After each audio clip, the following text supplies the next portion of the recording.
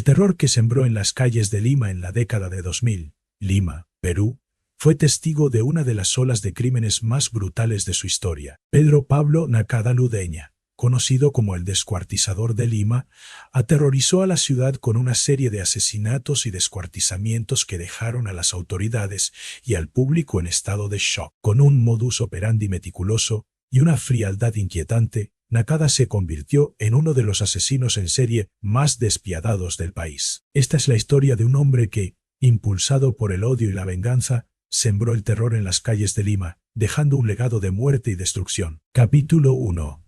Los primeros años de Pedro Pablo Nakada Ludeña. Pedro Pablo Nakada Ludeña nació en 1973 en Lima, Perú. Provenía de una familia de clase media, pero desde joven mostró signos de comportamiento problemático. Era un niño solitario y resentido, con una fascinación por la violencia y el poder.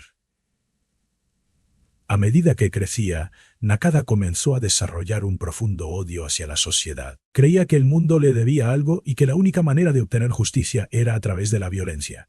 Este resentimiento, combinado con una mente perturbada, lo llevó por un camino oscuro que culminaría en una serie de crímenes atroces. Capítulo 2. La obsesión por la venganza. En 2006, Nakada comenzó su ola de crímenes. Sus víctimas eran principalmente mujeres jóvenes, a las que atacaba durante la noche. Usaba un cuchillo para matar a sus víctimas y luego descuartizaba sus cuerpos. Aunque el robo era parte de su motivación, Nakada también obtenía placer al infligir dolor y sufrimiento. Uno de sus crímenes más impactantes ocurrió en el distrito de San Juan del Lurigancho, donde asesinó a una joven de 22 años.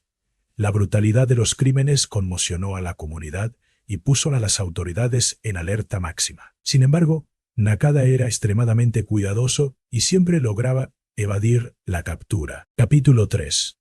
La ola de terror. Entre 2006 y 2007, Nakada cometió al menos 5 asesinatos confirmados, aunque se cree que el número real de víctimas podría ser mayor. Sus crímenes seguían un patrón similar. Atacaba mujeres jóvenes durante la noche, las mataba con un cuchillo y luego descuartizaba sus cuerpos. Uno de los aspectos más perturbadores de Nakada era su capacidad para moverse entre distritos sin ser detectado. Usaba nombres falsos y cambiaba constantemente de ubicación, lo que dificultaba su captura. Además, no mostraba ningún tipo de remordimiento por sus actos, lo que lo convertía en un asesino particularmente peligroso. Capítulo 4. La captura y la confesión. La suerte de Nakada se acabó en 2007, cuando fue arrestado en el distrito de San Martín de Porres. Durante su interrogatorio confesó sus crímenes con una frialdad que dejó a las autoridades atónitas. No solo admitió haber matado a 5 mujeres, sino que también proporcionó detalles gráficos sobre cómo lo hizo. Su confesión fue tan impactante que las autoridades tuvieron dificultades para procesar la magnitud de sus actos. Nakada describió cada crimen con precisión, mostrando una falta de empatía y remordimiento que lo convertía en una de las figuras más perturbadoras de la criminología moderna. Capítulo 5. El juicio y la sentencia. El juicio de Pedro Pablo Nakada Ludeña fue uno de los más mediáticos en la historia de Perú. Aunque inicialmente se declaró inocente, las pruebas en su contra eran abrumadoras, y en 2008 fue condenado a cadena perpetua. La sentencia de Nakada fue tan impactante como sus crímenes. El juez ordenó que fuera encarcelado de por vida, reflejando la ira y el dolor de una comunidad que había sido traumatizada por sus actos. Capítulo 6. El perfil psicológico de Pedro Pablo Nakada Ludeña. El caso de Pedro Pablo Nakada Ludeña ha sido objeto de numerosos estudios psicológicos. Los expertos han intentado entender qué lo llevó a cometer actos tan despiadados. Algunas de las conclusiones más destacadas incluyen: trastorno de personalidad antisocial. Nakada mostraba una falta de empatía y remordimiento. Características típicas de este trastorno: narcisismo. Disfrutaba del control y el poder que sentía al cometer sus crímenes. Sadismo. Obtenía placer al infligir dolor y sufrimiento a sus víctimas. Trauma infantil. Aunque no está confirmado, es posible que Nakada haya sufrido abusos durante su infancia, lo que contribuyó a su comportamiento violento. Capítulo 7. El legado del descuartizador de Lima.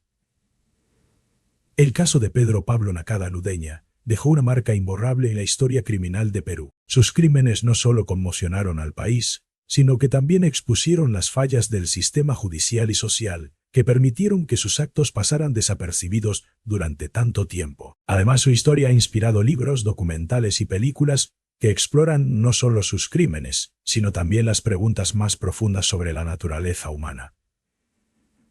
¿Qué lleva a una persona a cometer actos tan despiadados?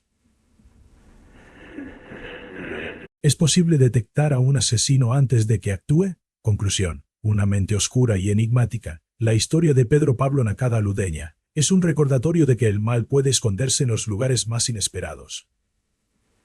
Su capacidad para vivir una vida aparentemente normal, mientras cometía crímenes atroces, lo convierte en una de las figuras más perturbadoras de la criminología moderna. Aunque ha pasado más de una década desde su captura, el legado del descuartizador de Lima sigue vivo, sirviendo como una advertencia sobre los peligros de la mente humana y los límites de nuestra comprensión.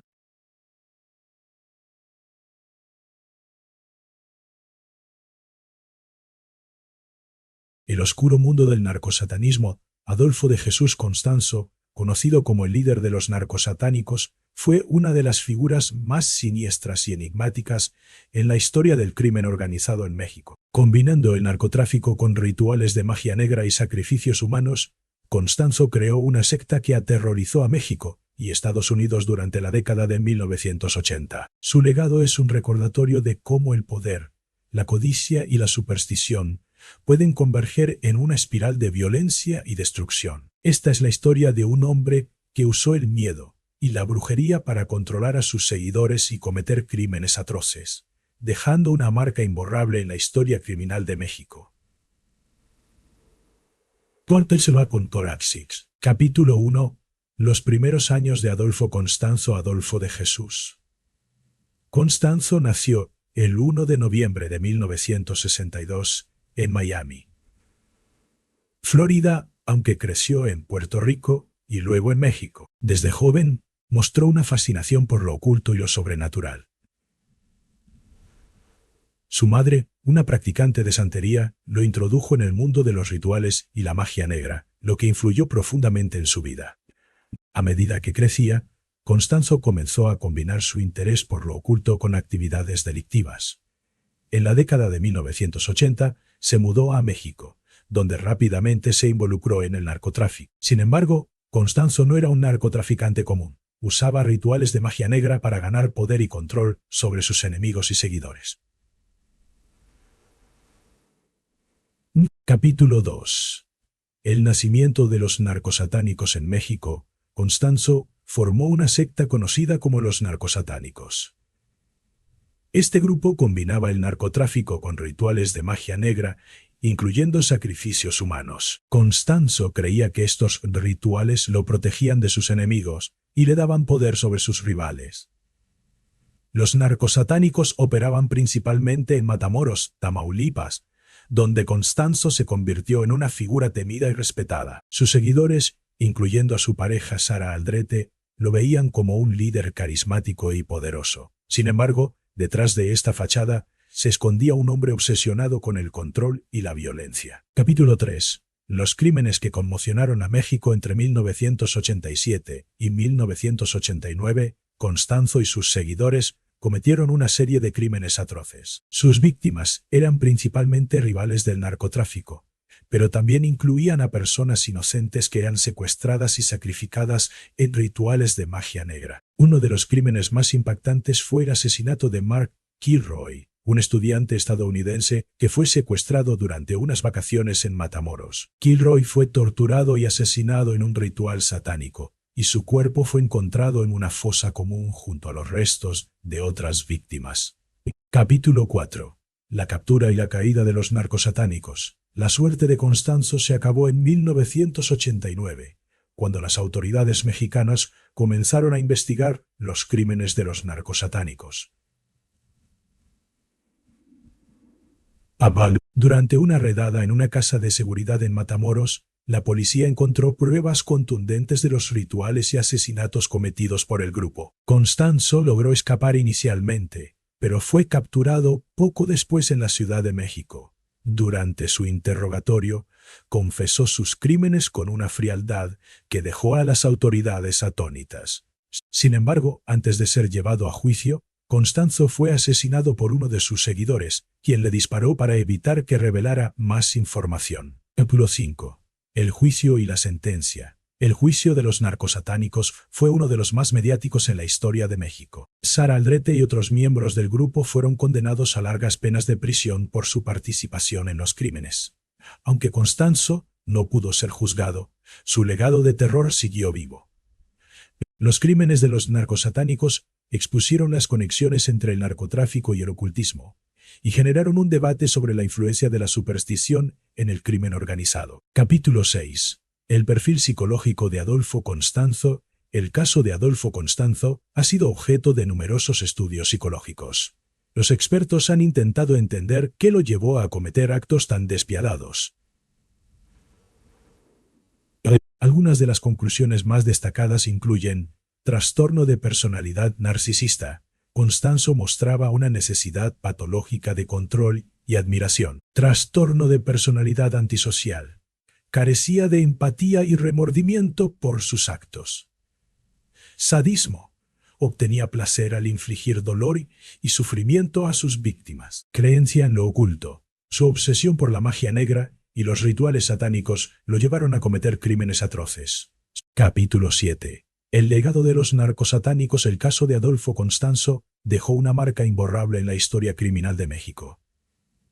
Sus crímenes no solo conmocionaron al país, sino que también generaron un debate sobre la influencia de la superstición en el crimen organizado. Además, su historia ha inspirado libros, documentales y películas que exploran no solo sus crímenes, sino también las preguntas más profundas sobre la naturaleza humana. ¿Qué lleva a una persona a cometer actos tan despiadados? ¿Qué lleva a una persona a cometer actos tan despiadados? ¿Es posible que la superstición y el miedo impulsen a alguien a la violencia? Conclusión. Una mente oscura y enigmática. La historia de Adolfo Constanzo es un recordatorio de que el mal puede esconderse detrás de la superstición y el poder. Su capacidad para combinar el narcotráfico con rituales de magia negra lo convierte en una de las figuras más perturbadoras de la criminología moderna. Aunque ha pasado más de 3 décadas desde su muerte, el legado de los narcosatánicos sigue vivo, sirviendo como una advertencia sobre los peligros de la mente humana y los límites de nuestra comprensión. Fin de la historia.